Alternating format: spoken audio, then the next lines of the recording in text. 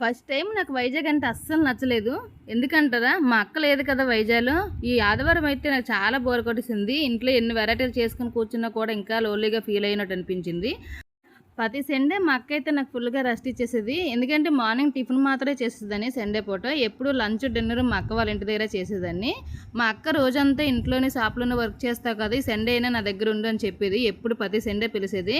ఇంకెందుకనేసి మా పిల్లలు తీసుకొని నేనైతే ఎప్పుడూ వెళ్ళిపోయేదాన్ని. ఈ సండే అయితే మా అక్క లేదనిపించింది. లాస్ట్ సండే అయితే మా అక్క దగ్గరికైతే వెళ్ళిపోయాను ఎలాగోలాగా. కానీ ప్రతిసారి వెళ్ళడానికి దగ్గరలో లేదు కదా!